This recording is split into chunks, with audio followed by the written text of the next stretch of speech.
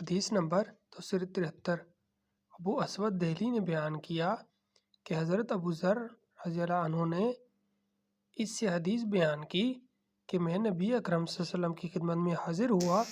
آپ ایک سفید کپڑا اوڑھے ہوئے سو رہے تھے۔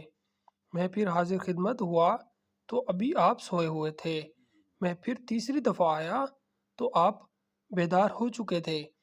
میں آپ کے پاس بیٹھ گیا۔ آپ نے فرمایا، کوئی بندہ نہیں جس نے لا الہ الا اللہ کہا اور پھر اسی پر مرا مگر وہ جنت میں داخل ہوگا۔ میں نے پوچھا، اگرچہ اس نے زنا کیا ہو اور چوری کی ہو؟ آپ نے جواب دیا، اگرچہ اس نے زنا کیا ہو اور چوری کی ہو۔ میں نے پھر کہا، اگرچہ اس نے زنا کیا ہو اور چوری کی ہو؟ آپ نے فرمایا، اگرچہ